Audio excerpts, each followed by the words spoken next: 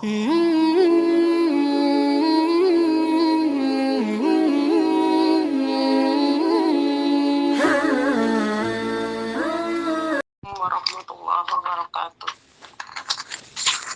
Innal hamdalillah nahmaduhu wa nasta'inuhu wa nastaghfiruhu wa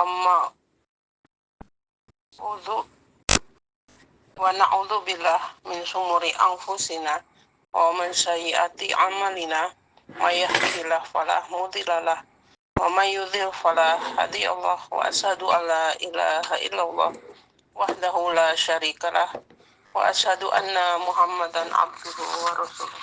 Amma ba'du. Pada yang terhormat Ustadz Awang Abdul Razak, pimpinan Majelis Dzikir wa Ta'lim Riyadhah Firqatul Mujahidin, Jamaah Majelis Dzikir wa Ta'lim Riyadhah Firqatul Mujahidin yang dimuliakan Allah. Pertama-tama marilah kita panjatkan puja-puji syukur kehadirat Allah Subhanahu wa Ta'ala yang telah memberikan kenikmatan kepada kita semua, yaitu nikmatul iman wal Islam, nikmat sehat dan panjang umur, sehingga pagi hari ini kita masih diberi kesempatan untuk thalabul ilmi di Majelis Dzikir wa Ta'lim Riyadhah Firqatul Mujahidin. Mudah-mudahan ilmu yang kita terima pagi hari ini membawa berkah dan manfaat untuk kita semua. Amin amin ya rabbal alamin. Salawat serta salam kita sampaikan kepada baginda Rasulullah Muhammad Sallallahu Alaihi Wasallam, juga kepada segenap keluarganya dan sahabatnya, dan kita semua mudah-mudahan mendapatkan syafaatnya di yaumil qiyamah nanti. Amin amin ya rabbal alamin. Jamaah Majelis Dzikir wa Ta'lim Riyadhah Firqatul Mujahidin, syukur alhamdulillah pada pagi hari ini kita sudah menginjak Al-Hikmah yang ke-101 kajian Al-Hikam di Riyadhah Firqatul Mujahidin. Mudah-mudahan kita semua diberikan istiqomah untuk selalu thalabul ilmi. Jamaah Majelis Dzikir wa Ta'lim Riyadhah Firqatul Mujahidin, pada pagi hari ini Al-Hikam yang ke-101 yaitu Allah menerangi alam lahir dengan cahaya makhluknya dan menerangi alam batin dengan cahaya sifat-sifatnya. Cahaya alam lahir pasti terbenam dan cahaya hati takkan pernah padam. Karena itu seorang penyair berkata, matahari siang terbenam dengan datangnya malam, matahari hati takkan pernah sekalipun menghilang. Sebelum kita simak kajian pagi hari ini, mari kita buka dengan membaca basmalah bersama-sama. Bismillahirrahmanirrahim. Selanjutnya kepada Ustadz Awang Abdul Razak, waktu dan tempat kami aturkan, dan selanjutnya ditutup dengan doa. Monggo Pak Ustadz. Assalamualaikum warahmatullahi wabarakatuh. Bismillah, alhamdulillah, alhamdulillahilladzi amarona bikasrati zikri wa tilawati kitabih wa jihadin fi sabilih li'i'la'i kalimatih. Asyhadu an la ilaha illallah wahdahu la syarikalah wa asyhadu anna Muhammadan abduhu wa rasuluhu allazi la nabiyya ba'dah. Allahumma shalli wa sallim wa barik ala sayyidina Muhammad ibn Abdillah wa ala alihi wa sahbihi wa man tabi'ahu ila yaumil qiyamah. Amma ba'du, qala Allah ta'ala fi imaminal Qur'anil Karim, A'udzu billahi minasyaitonir rajim. Bismillahirrahmanirrahim. Qul a'udzu birabbin nas, malikin nas, ilahin nas, min syarri waswasil khannas, allazi yuwaswisu fi sudurin nas, minal jinnati wan nas. Shadaqallahul adzim. Wa qala Rasulullah Muhammad sallallahu alaihi wasallam, innal mu'mina iza adnaba kanat nuqtatun sauda fi qalbi. Puji beserta syukur marilah kita selalu sampaikan, haturkan kepada zat Allah subhanahu wa ta'ala yang maha rahman, maha rahim, maha segalanya. Salawat beserta salam kita sampaikan kepada kekasih Allah, baginda alam, pejuang Islam, pembela umat, yaitu Habibana wa Nabiyana Muhammad sallallahu alaihi wasallam. Jamaah RFM yang dirahmati Allah, yang dimuliakan Allah,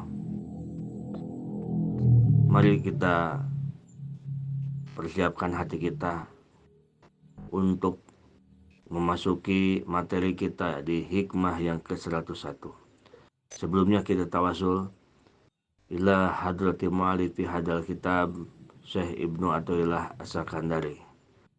Nafa'anallahu bihi wa bi ulumihi wa bi barakati amalihi wa bi karamatihi. Sayyulillahi lahul Fatihah. A'udzu billahi minasyaitonir rajim. Bismillahirrahmanirrahim. Alhamdulillahi rabbil alamin. Ar-Rahmanir-Rahim. Maliki yaumiddin. Iyyaka na'budu wa iyyaka nasta'in. Ihdinas siratal mustaqim. Siratal ladzina an'amta 'alaihim ghairil maghdubi 'alaihim waladdallin. Rabbighfir lana, amin. Bismillahirrahmanirrahim. Ada suaranya ibu-ibu? Ada? Ada Ustaz. Siap. Siap-siap ibu-ibu.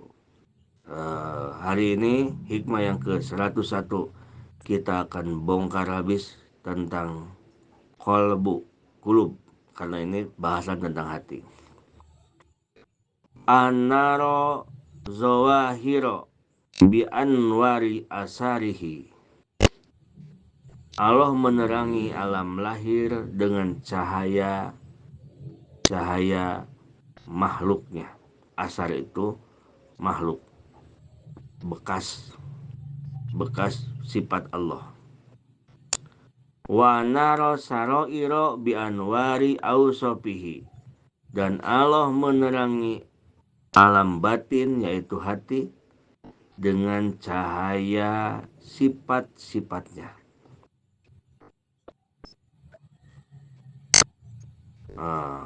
Li ajli dalika atfalat anwaru dawahir walam ta'fil anwarul qulub wasarair. Nah, cahaya alam lahir pasti terbenam, dan cahaya hati takkan pernah padam.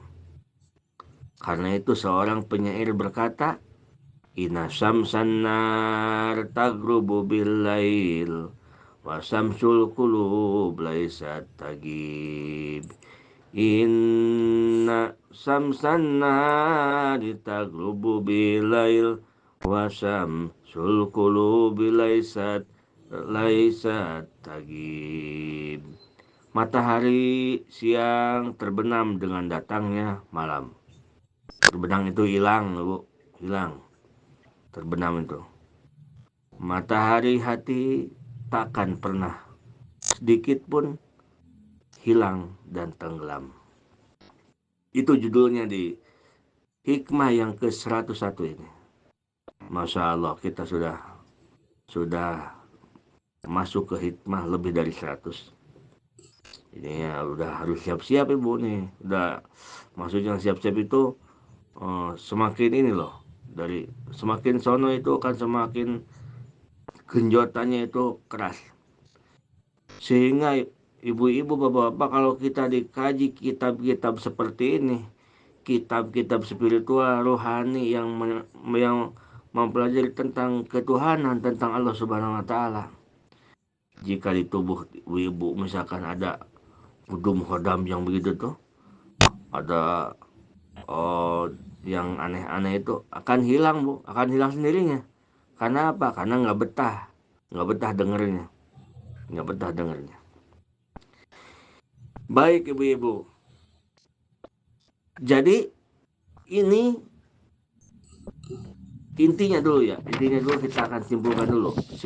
Jadi kesimpulannya adalah dari kalimat yang disampaikan Syekh Ibnu Athaillah, ada dua alam, yang dua alam itu yang menyinarinya beda. Alam dohir, kita manusia, pohon-pohonan, hewan, semua yang ada di seantero dunia dan akhirat ini. Dunia ini. Dari mulai bumi, langit. Itu semua diterangi oleh cahaya yang terbit dari yang baru. Yang baru itu namanya makhluk. Yang namanya baru tadinya tidak ada, lalu diadakan oleh Allah. Mana yang baru? Yaitu matahari. Kita ini kalau siang datang diterangi oleh matahari. Kalau musim bulannya bagus, terang, kalau malam diterangi oleh bulan. Lalu bintang-bintang, bulan dan matahari. Nah, kita itu diterangi oleh itu. Kalau siang kita diterangi oleh matahari. Oleh karena itu, kalau ngaji tasawuf ini luar biasanya ibu. Bagi orang yang sudah dalam ilmunya, begitu dia ketemu siang, di dalam hatinya ada gejolak yang berdialog. Kata siang yang terlihat oleh dirinya, kata matahari, begitu kita misalkan melihat matahari bertapakur, kita lihat matahari, kita lihat terang, kata matahari, wahai fulan, nahnu fitnatun laka fala takfur. Wahai fulan, kami adalah fitnah bagi engkau. Engkau jangan terfitnah oleh kami. Ini siang, sesungguhnya ini siang memang kami yang menerangi, kata matahari. Tetapi kami tidak bisa apa-apa, karena terang kami ini diterangi oleh sifat Allah Subhanahu wa taala. Kudrat, iradat Allah Subhanahu wa taala. Jadi kalau orang yang imannya sudah di dalam hati, begitu ketemu siang, begitu dia merasakan terangnya siang, terlihat terang, alhamdulillah. Ini dia menyaksikan kudrat iradat Allah. Karena dia paham bahwa cahaya matahari berasal dari kudrat iradatnya Allah Subhanahu wa taala. Sampai matahari pun mengatakan, wahai fulan, engkau jangan tertipu. Kamu itu bisa melihat terang di siang hari bukan karena aku. Aku itu tidak berdaya. Aku itu disinari oleh kudrat iradat Allah Subhanahu wa taala. Aku ini adalah bekas sifatnya Allah Subhanahu wa taala, yaitu kudrat dan iradatnya. Masya Allah. Mana buktinya? Buktinya datang maghrib pun hilang dia, matahari itu. Datanglah gelap. Begitu kan? Oh ya Pak Ustadz, dalam ilmu fisika kan dunia berputar atau bagaimana? Iya, itu masalah di dalam ilmu dahir seperti itu. Tetapi di dalam ilmu batin, di dalam ilmu tasawuf itu untuk mendekatkan diri kepada Allah. Kan bahasanya afala takilun. Bahasanya kan untuk orang-orang yang berakal, gitu ya. Untuk orang-orang yang berakal. Jadi berpikir untuk orang-orang yang berakal bahwa dari tafakur itu, dari melihat makhluk sampai kita ingat kepada Allah Subhanahu wa taala. Satu, ada alam dohir yang diterangi dengan cahaya, yaitu seperti matahari kita nih diterangi oleh matahari, tetapi matahari itu diterangi oleh sifat kudrat iradatnya Allah Subhanahu wa taala. Jadi alhasil manusia kita nih, biar nggak bingung makhluk-makhluk itu, kita aja. Kita kalau siang hari diterangi oleh makhluk, karena matahari itu makhluk.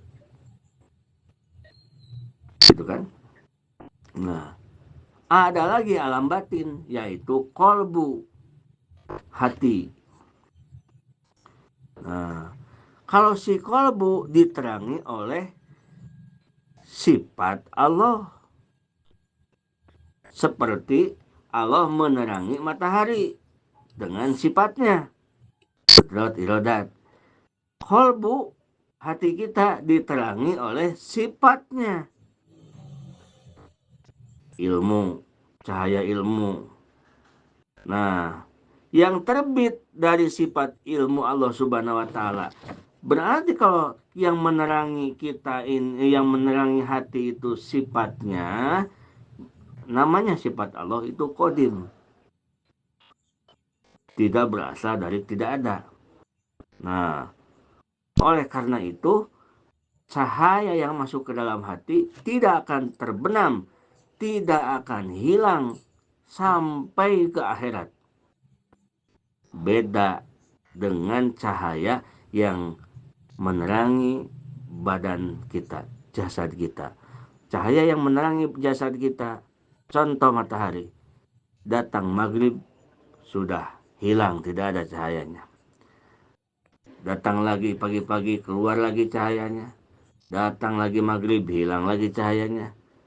Kalau cahaya Allah di dalam hati manusia, karena itu dari Allah langsung, dari sifat Allah, maka tidak akan hilang sampai akhirat. Masya Allah. Nah, itu bahasa kita saat ini. Oleh si Iran dikatakan, Inna syamsan nahar tagrubu bilail.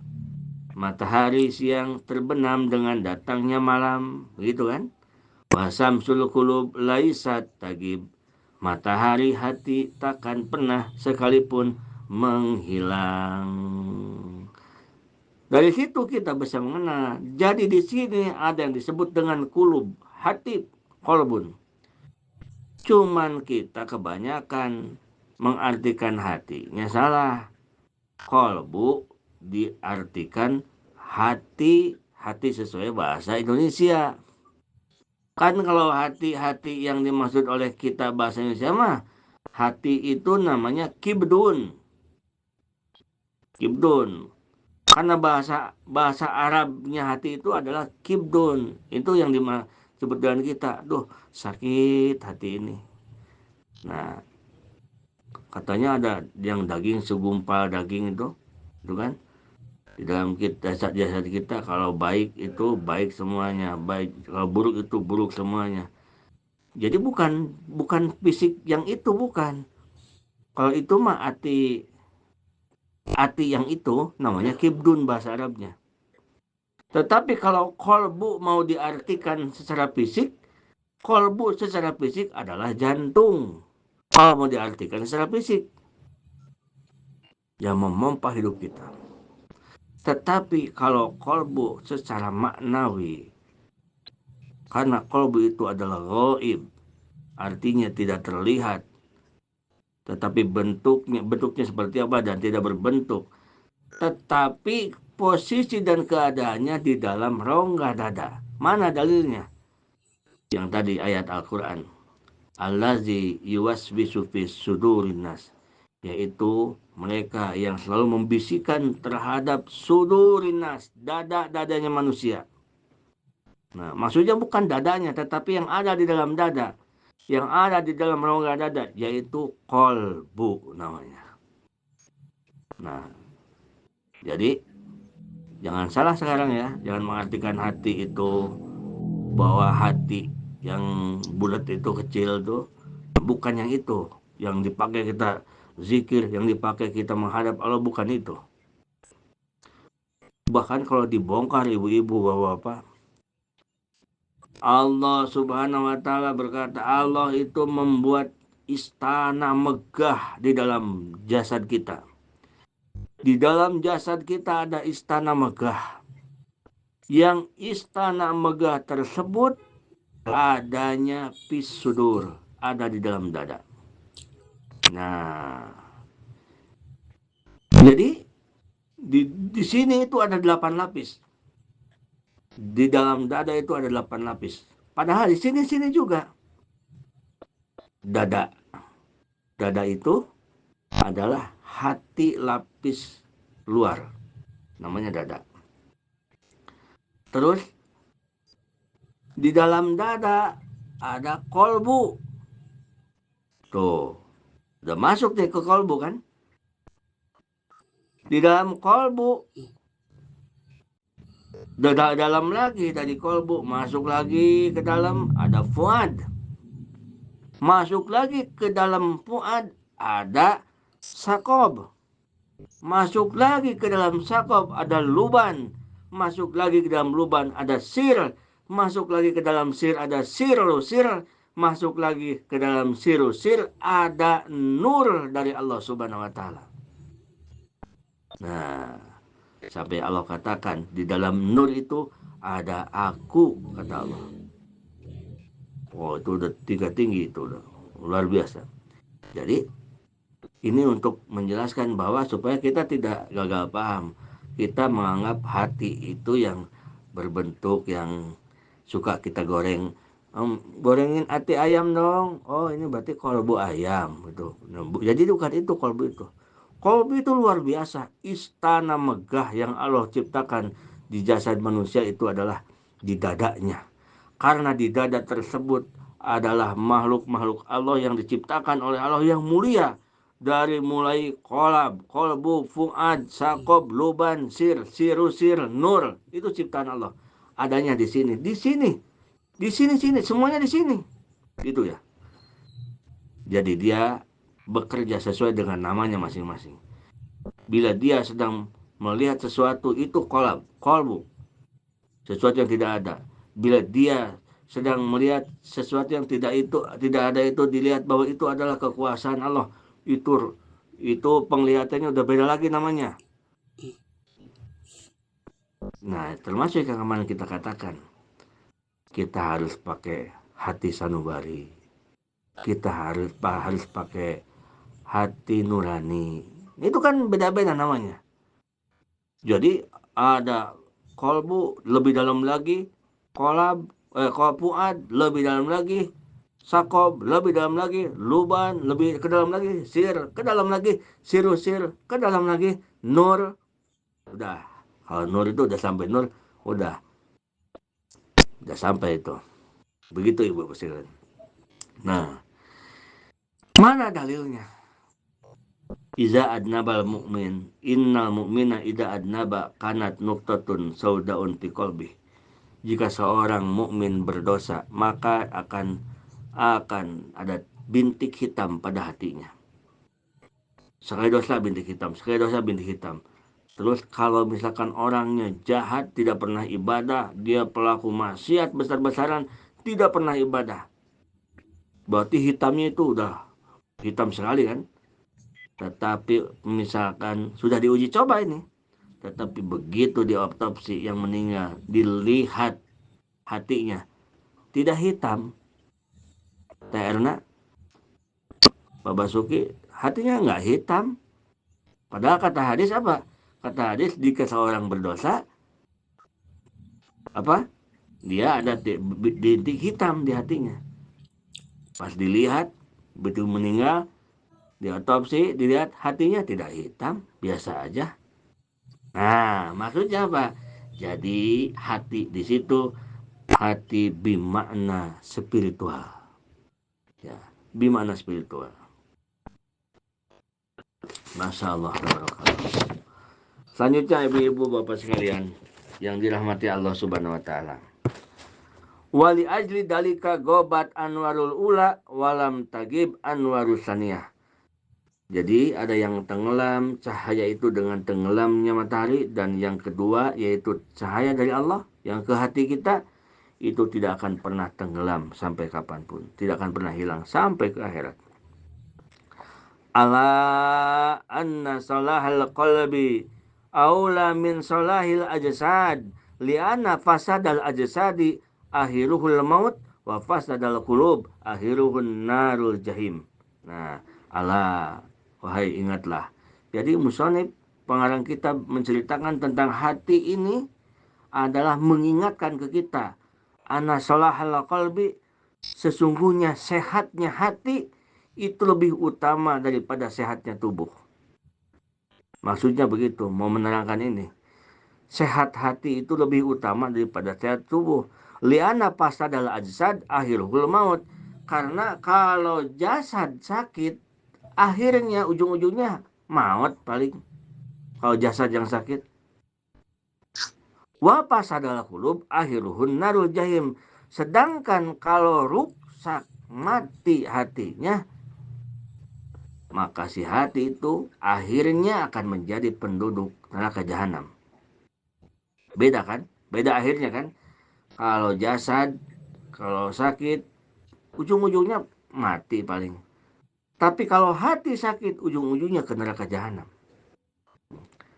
Lianna ilajul amradil qulub ahammu min ilaji amradil ajsad. Mengobati penyakit hati itu lebih penting daripada mengobati penyakit jasad tubuh. Kenapa? Lianna maradul qalbi yadurul abda fi dinihi wa akhiratihi wa amma maradul ajsad falaysa yadurul insanu illa fid dunya. Nah, alasannya karena kalau penyakit hati itu dia akan menjadi madarat, dia akan menjadi musibah untuk si hamba, musibah dalam agamanya dan musibah untuk akhiratnya. Tetapi kalau yang sakitnya hanya jasad, tidak akan musibah ke akhirat kecuali dia hanya musibah di dunia saja. Jadi bisa disimpulkan bahwa menata hati, merawat hati lebih penting daripada merawat jasad. Jangan sampai jasad kita tiap hari pakai hand body, pakai apa, dielus-elus, dirapih-rapih jasad kita. Tetapi hati kita tidak pernah dirapih-rapih. Padahal yang akan kembali kepada Allah adalah hati tersebut, yaitu roh kita. Nah, itu Bapak Ibu sekalian.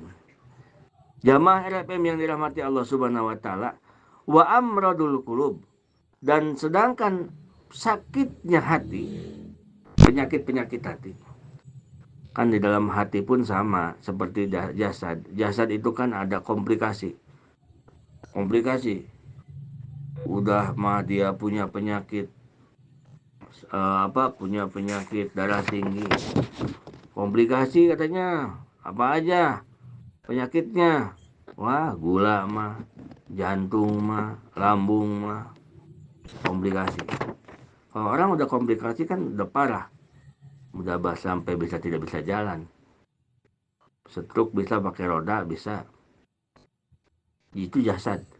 Tetapi kalau yang komplikasinya hati, sudah mah dia tukang ibadah, amalnya ria, terus orangnya pedit, orangnya kikir, terus pendendam.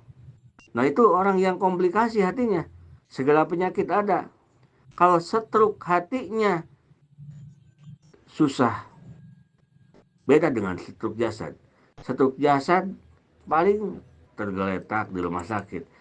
Kalau stroke hati itu akan mengakibatkan celaka di dunia, di agama dan di akhiratnya. Nah, jadi kita harus tahu apa ya hati-hati. Hati, kolbu itu yang sakit. Wa amradul qulub, dan sakitnya hati. Penyakit hati itu diantaranya adalah karya, seperti riya. Seseorang melakukan ibadah ingin dipuji oleh orang lain. Senangnya itu dipuji terus oleh orang lain. Kalau mendapat pujian, dia semangat ibadahnya. Kalau nggak ada yang muji, dia nggak semangat, bahkan nggak mau dia ibadah. Nah, inginnya itu ibadahnya itu dihargai sama orang. Nah, jadi ibadah yang ia lakukan bukan karena Allah, tetapi karena pujian, karena dihargai oleh orang. Jika ibadah seperti ini, yaitu riya, nah ini berarti ada penyakit di dalam hati kita, yaitu yang disebut riya. Yang selanjutnya, awal kibri, kesombongan. Bila mana hati kita ada merasa lebih mulia dari orang lain,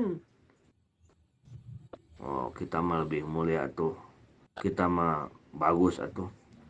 Orang mana ada yang bangun malam-malam, kita mah tiap malam udah setahun kita bangun. Lalu kita merasa benar dibanding dengan orang lain. Nah, itulah kibir.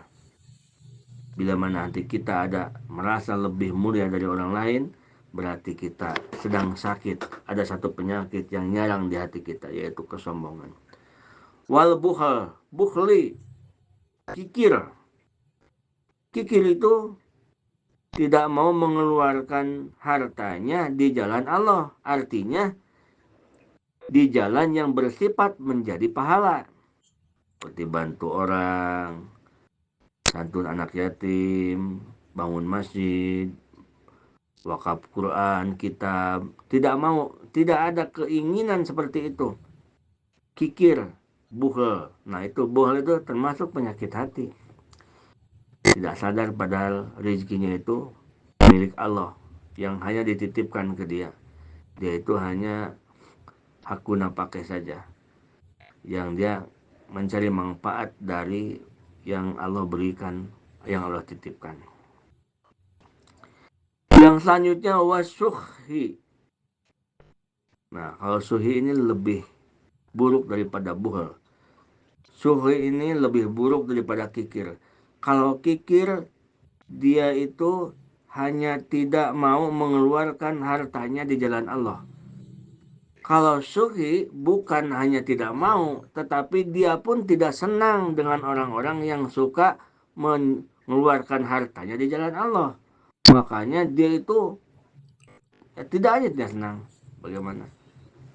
Begitu. Terkadang kalau suaminya baik, jihad di jalan Allah, suaminya sudah terketuk hatinya. Tiba-tiba datang ke istrinya penyakit suhi, yaitu kata istrinya, ayah, udah nggak usah kita, orang lain aja lah, orang lain juga banyak, udah nggak usah lah kita mah. Nah, itu lebih buruk daripada bukhel.